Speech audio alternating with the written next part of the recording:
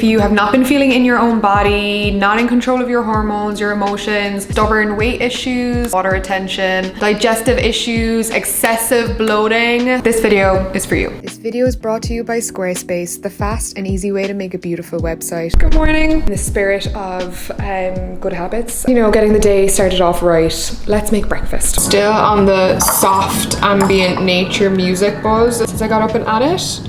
Cannot recommend it enough, especially like the first 3 tracks. The hot bone broth, miso bone broth on the go, as well as some chia pudding, which should be nicely set. It's the other half of the one that I made yesterday. It's chocolate chia seed pudding with chocolate almond milk and cacao. And I'm also going to do half of this Cocoa June probiotic yogurt. This is how you know your strawberries were artificially ripened. Look how white they are on the inside. Probably throw some hemp hearts and seeds and bits on top of this as well. This is what I would say my cold, like I don't want to think about it, breakfast is. I am trying to have more warmer foods, but this is just kind of like what I'm in the mood for. I'll get into, it's also not like the highest protein breakfast I could possibly have. I'll balance it out at lunch. You know, every day is a little different. Fat in the chia seeds, probiotics in the yogurt, and just like hearty nutrients,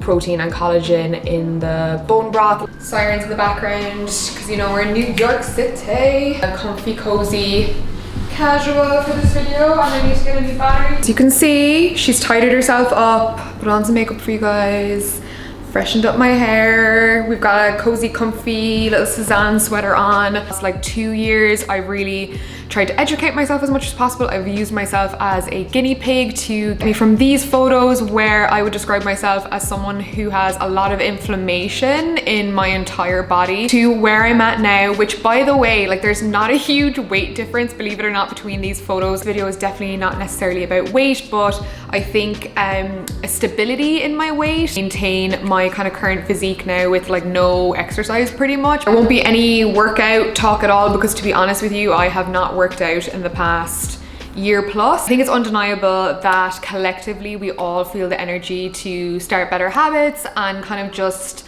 I don't know, like improve different aspects of our life. It's just a really energetic time of year to do that. So I thought that this would be kind of the perfect video to start. I know that these changes have made such a massive impact on my quality of life, and the tips that I'll be sharing are not just like practical tips. Like I'll obviously be showing you kind of my ideal day of nutrition and food and all of that, kind of just like my vloggy everyday bits. Basically what I have is like moon faced, which is not weight related. It is just pure inflammation in the face. It goes beyond weight. It's a general feeling and looking of unwellness and just like my body being so angry with me. And I definitely looked into kind of the typical signs of someone that has like a hormone imbalance, especially excess estrogen. Years prior to that, honestly, never felt 100% well. Now, I will say I also had a lot of personal baggage that was, I think, contributing to me looking extra inflamed at this period in my life, which I will get into later, but I kind of wanted to first start with the practical tips. Guys, I've honestly suffered in silence for so many years when it comes to all of these imbalances, all of this damn bloating and constipation, food anxiety, birth control imbalances, like all of it. I got work to do, but I feel like I've come out the other end. Try my best to stick to the points and stick to like the practical things. Start with hormones, because I feel like hormones can have such an extensive effect on the body beyond just like PMS and period symptoms and all of that kind of stuff.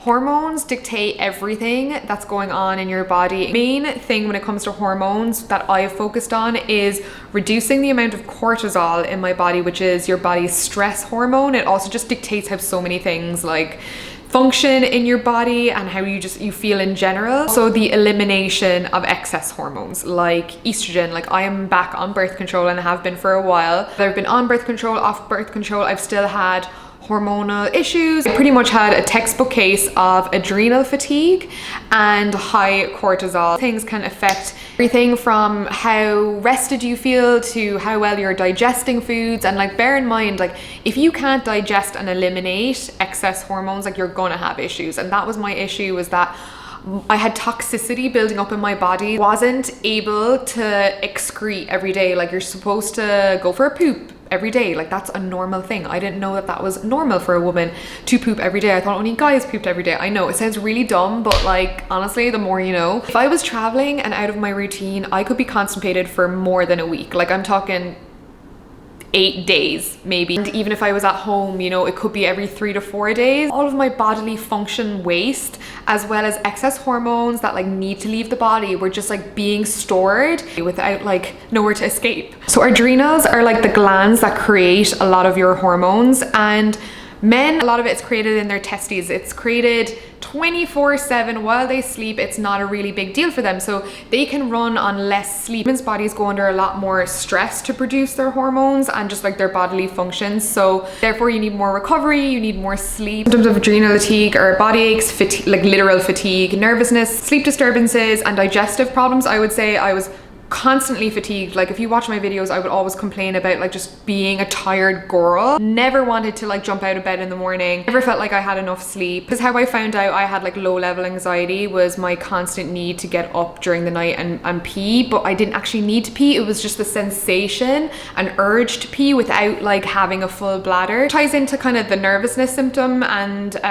the anxiety. It was just waking me up out of my sleep, and then I was getting broken sleep. Getting deep undisturbed sleep at night is hugely important. Of course, it's great to eliminate stress where you can, but it's just not always possible. So for me, little better habits and ways to counteract or balance that stress has been extremely helpful. And also I just found a lot of peace knowing that this existed, because I don't know, I beat myself up a long time for like my body not performing like everyone else's.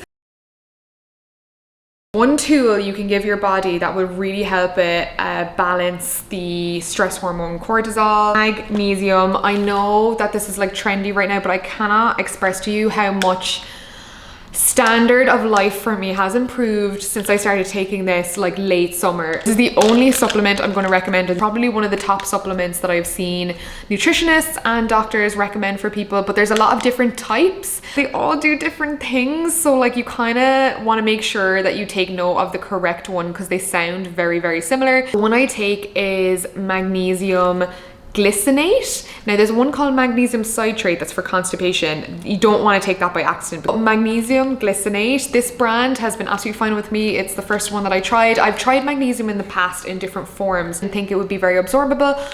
It's fine. It's absolutely fine. You try a brand of any supplement, but especially magnesium, and it doesn't work for you after 2 weeks, try another one. I actually initially didn't start taking this for stress reduction. I started taking it because I was really struggling with sleep. I think it was July. I basically didn't sleep for 21 days in July at night. Like I didn't sleep through the night. I had super broken sleep. I was really exhausted. I was really worried actually because I never had such a stretch of like terrible sleep. So I got melatonin, which you can get here in the US like readily in the drugstore. The melatonin did not knock me out. What knocked me out was one melatonin gummy and one of these bad boys, and I had my first full night's sleep. And I remember I tried it for like a week. I slept every single night to the point where eventually pretty soon after, like I didn't need the melatonin anymore, but I continued to take the magnesium because I was seeing other benefits. The main benefit being, for the first time in my entire life, I was jumping out of bed in the morning. I was waking up at 8:30 a.m.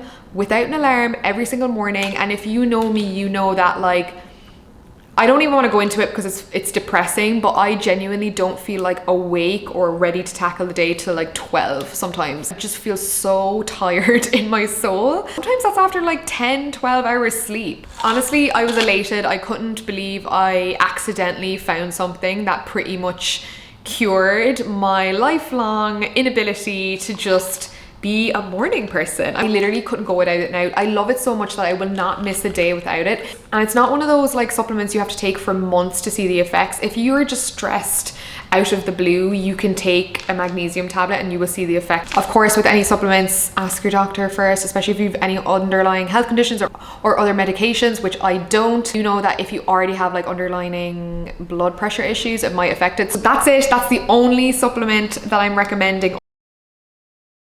Did you know your periods aren't actually supposed to be that painful? All of those painful cramps, headaches, migraines, sore nipples, those are more so caused by your body's inability to adjust to the changes in hormones, and you can do things to really help with that. If you feel like your hormones are imbalanced, I would definitely recommend you go get them tested. It's not a complicated process. I would definitely say most of my symptoms would correspond with somebody that has excess estrogen. Sometimes excess estrogen can show on your body, and I've always found that it shows in my arms. If you experience like really strong cramps, sore nipples, all of that is generally symptoms of excess estrogen. And if you're not on birth control when you're on your period, there's basically like an imbalance. Your estrogen, your progesterone, your testosterone, you know, it can be all out of sync and out of whack. Magnesium, again, not only is it good for periods and period pains and cramps, like actually if you're hungover, it's also really good. Like it kind of saves away the nausea. Something additionally I do is I switch out my green teas, which is something I've also been having all the time. But red raspberry leaf tea, I'm telling you, your body will love you for taking this. I try and take it like in the lead up to my period if I remember, but usually it's the week of.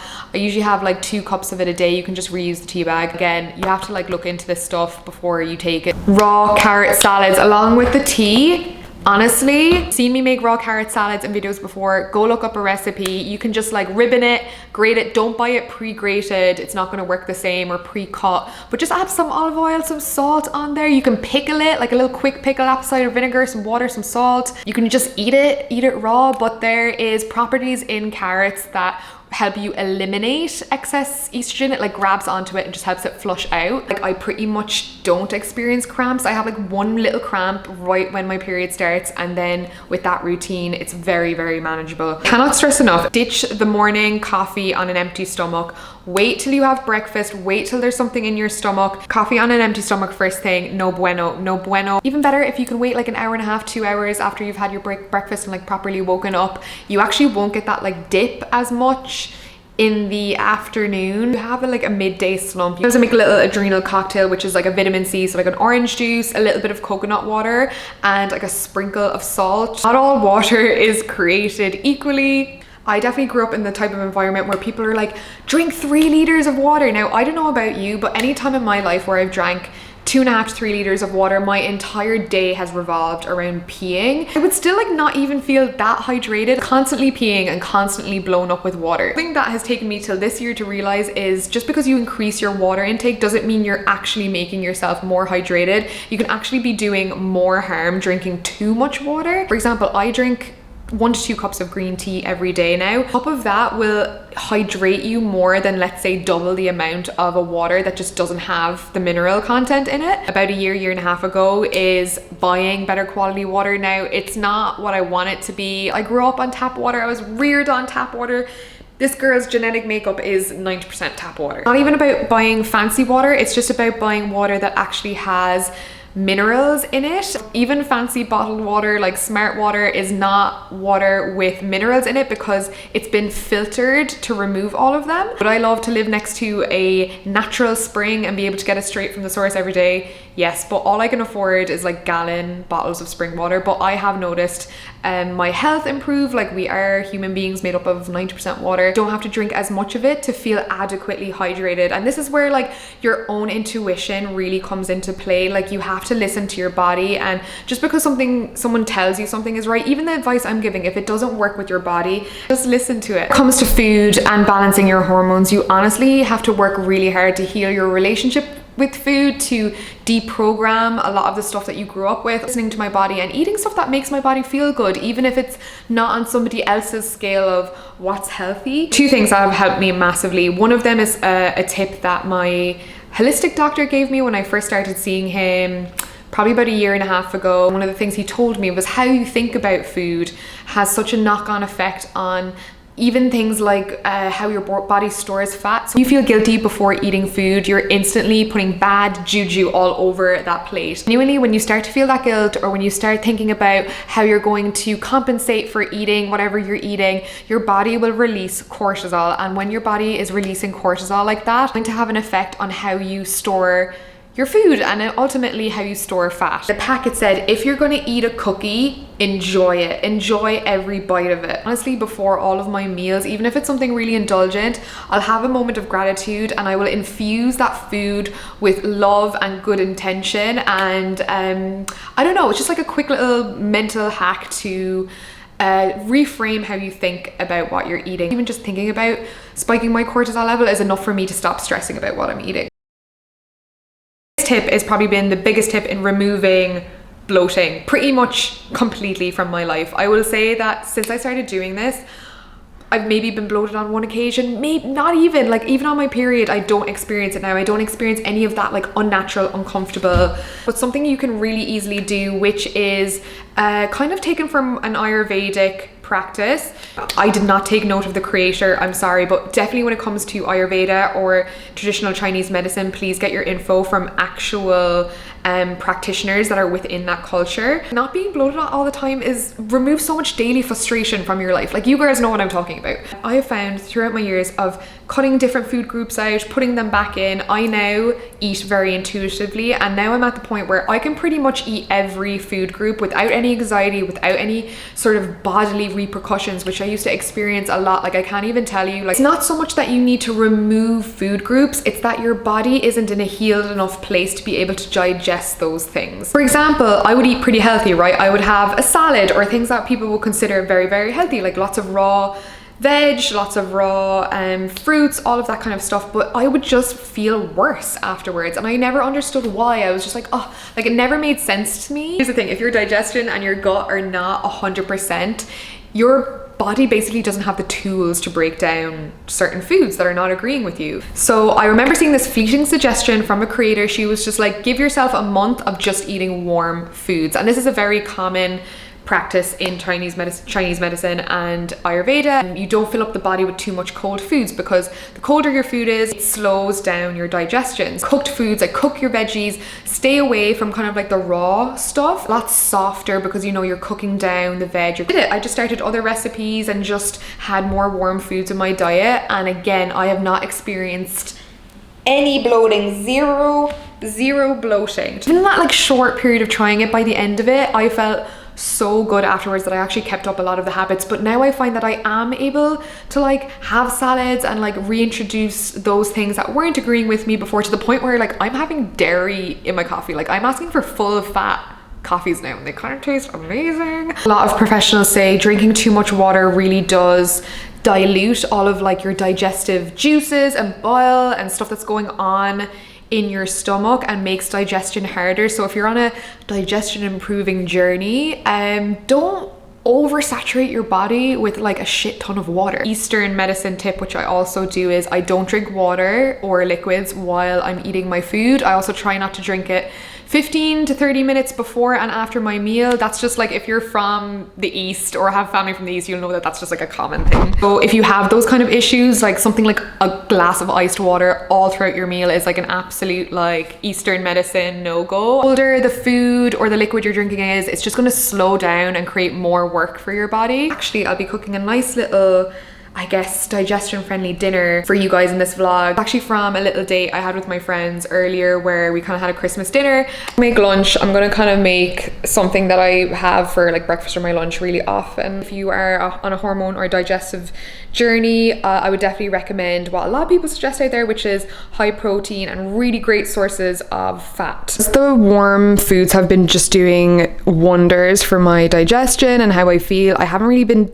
doing like things like smoothies anymore. This girl was making like a high protein smoothie recipe. They used Greek yogurt as like the creamy base, and I was just like, oh, genius. And I had 2 pots of phage in my fridge, so such a great way to use them up, because I got them to make tzatziki and kind of never did, so now I've been trying to use it up in these smoothies. Oh my god, it is so good. It's definitely one of the best smoothies I've ever made, and definitely the best protein content. I did 1 scoop of this protein powder. I actually like this brand because the scoops are kind of small and it tastes pretty good. Another ingredient that I love if you're like looking for more of a whole food is hemp seed hearts. It's kind of got like a soft couscous texture, but it's 10 grams of protein for 3 tablespoons. I love kind of sneaky ways of adding a little bit of extra protein. And half a cup of dark sweet cherries, almond milk, mushroom superfoods as well, because they have all of these incredible benefits. Tastes like chocolate cherry frozen yogurt. Okay, this is lunch. I have my little smoothie with the wrong size straw. I have a slice of sourdough with a serving of good old Irish butter, Irish cheese, shout out Kerrygold, red onion. I've got some Ballymaloe Irish tomato relish and 2 fried eggs, which I've been in the mood for. I feel like I switch up how I like my eggs, but I've been in a runny fried egg mood lately. I also feel like you didn't meet my little flower in last week's vlog. Kind of on her last legs. She's not looking the happiest. I did change her water and add some vinegar and all of that. Guess how much she cost? Guess how much? $18 after tax. Single stem. Funny story was, I think a week or 2 prior, I'd gone into like my local florist. It's called Stems in Brooklyn, but it's like hipster Bushwick prices, but they're all lovely and their staff's great. I support them all the time. 2 of them up, went to the till, $24 each. The kind of person where I kind of feel a little bit embarrassed and under pressure, and I would just be like, oh yeah, that's fine. I was making efforts to be a bit more like sensible with my money and a little less like frivolous. So I put them back. My only task today, which I'm looking forward to taking my time with, is cooking. I'm having 2 of the girls over. I run my errands, get some vitamin D on my face because it is a super beautiful day outside. Which is what I love about New York winters. It's kind of sunny all the time. Which is coffee, last minute ingredients that I need to get. Like, this outfit is very much giving your local neighborhood witch.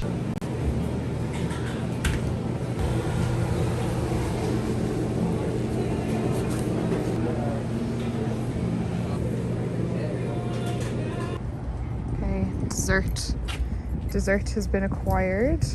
I think that's like an espresso cream, something chocolatey, and bread pudding. Back from my adventures. Not only did they have the herbs that I wanted, all 3 that I needed, which I guess are kind of Christmassy herbs, so it's not that shocking, like thyme, sage, and rosemary. Technically, I've already started prepping because I was multitasking. I was on the phone to my boyfriend and then like chopping veggies. So we've got the base of the salad, which is cabbage, which I'm going to do like olive oil, salt. It's probably going to take like 20 minutes to brown up, and in the last like 5 minutes I'm going to put in this lovely dino kale, which I've chopped up, which is just the most beautiful vegetable. Cabbage is going to be like a lot softer and heartier. So for anyone that's like, oh, I love my salads make me feel healthy, you can still have your salads. This is what I've realized. You can still have your salads, but you can just cook the veg. Do a tray of like kind of spicy, crispy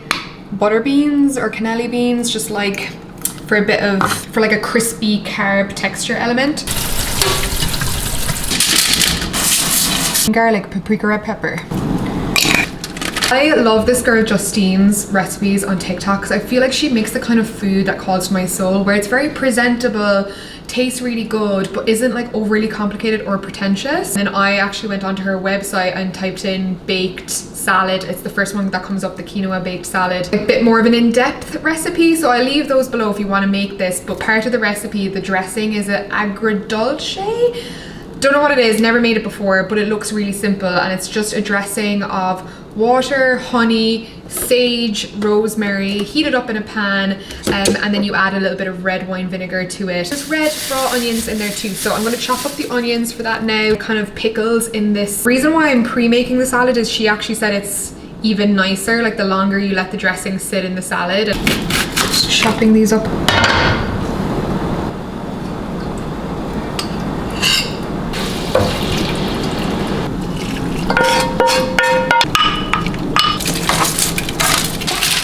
Risky thing is I've never made this before, so I hope everyone likes it.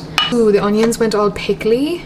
It smells so good. That tastes amazing. It's kind of sweet and vinegary. She's so beautiful. I've actually never even tasted a salad like this. It's really good. It's gonna go really nice with the super savory chicken. Pecorino left, so I'm just like finally grating some.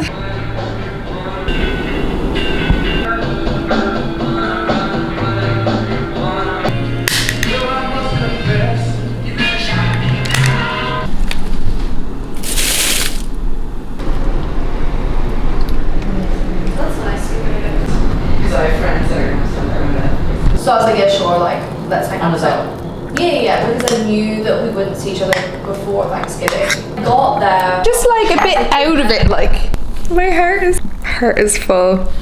I think dinner went down well. Dessert was chef's kiss. Yeah, having just a chill dinner with like music and chats was the move. I'm so glad we did that instead of going to a restaurant. Tal bought me a Christmas present. I didn't even know Young Pueblo came out with a new book, Modern Sage and Guiding Light. I think that's a pretty good description. This close to forgetting to film, I think one of the most important discussions of this video, and I guess a very important part of my overall life overhaul. Everything I mentioned definitely contributed to how I looked and how I felt, but a massive part of that also was my personal situation and I guess the lack of fulfillment and relationship satisfaction. I think from the photo samples I showed you, and it makes me so sad to like look back at those photos, because even though on the day-to-day I was relatively happy, I think deep down there was like a sadness in me. And over the last summer that I was in that apartment, I fully had depression for the entire summer. It was the first time I had a really long bout of depression. I think I knew deep down that I was in a relationship that was weighing me down. This is not to like badmouth my ex-partner or anything like that. You know, I take full responsibility for my part in being present in something that I probably knew wasn't right, but I was so inexperienced in relationships. And you know, when you're with somebody for 10 years, you really want to give it your all, you really want to see things through, and so much of that relationship was for both of us a comfort blanket, a place where neither of us were growing as people. And I think that it really showed in my face. So tired and drained from fighting, you know, from not fighting with him, but like fighting for something that ultimately was not in my best or his best interest anymore. Symptom of me just like ignoring a bigger issue, ignoring my intuition, bypassing difficult decisions, bypassing what I ultimately knew was the right but difficult thing to do that I just didn't want to face. And I think sometimes when you're stagnant in your life, it can really freaking show. Part of my, I guess, transformation is now having such a high standard for my life in general, but just a high expectation for the people that are in my life, acknowledging when something's outgrown or something's not working out, just putting myself first, because if I don't put myself first, I cannot show up fully and helpfully to anybody else in my life. And I think you have to be selfish, and even if you're in a relationship, like, you have to put your own well-being first, otherwise it's just gonna have like a knock-on effect on the relationship and your friendships anyway. But yeah, it taught me a lot. It taught me not to be afraid. I've just made more room for myself, for my health. You know, no job, no situation, no relationship is worth the life being sucked out of you. It's hard to see the light and the way out sometimes, but it's there. Is this thing on? I filmed an outro for that video. I actually shot it before I left New York for Christmas, and now she's back just like that. I got a mini upgrade while I was in Ireland. 2 weeks of that clean, fresh air will do wonders. First video back of the year, sponsored by Squarespace, and I just want to thank you guys, because not only did I get renewed for my 4th year contract, I also got a raise. So thank you to you, and thank you to Squarespace for supporting me as a creator and allowing me all the creative freedom in the world. So usually renewed based on performance, and it just goes to show, even though I mention them every single month, reminder seems to come at the perfect time for different people. So who knows, this might be your sign. It is time for you to create your website, your slice of the internet. Squarespace is the all-in-one platform to do so. 2023, you know you have those ideas swirling around in your mind. So what's it going to be? You're going to carve out a piece of the internet for your work, your online portfolio, or is it going to be the year you start that e-com shop or that blog? Whatever your website needs are Squarespace, and their 24/7 support team will always have your back. And honestly, it is genuinely made for the amateur. You do not need to have any prior design or coding experience. It's made for the everyday person. If you're curious, you want to try it, of course, you can always check out my link in the description or type it in, squarespace.com/Tarmar. And if you like your website and you want to push it live, Tarmar will get you 10% off your future billing. I will see you next week for another video. Happy New Year! Mwah!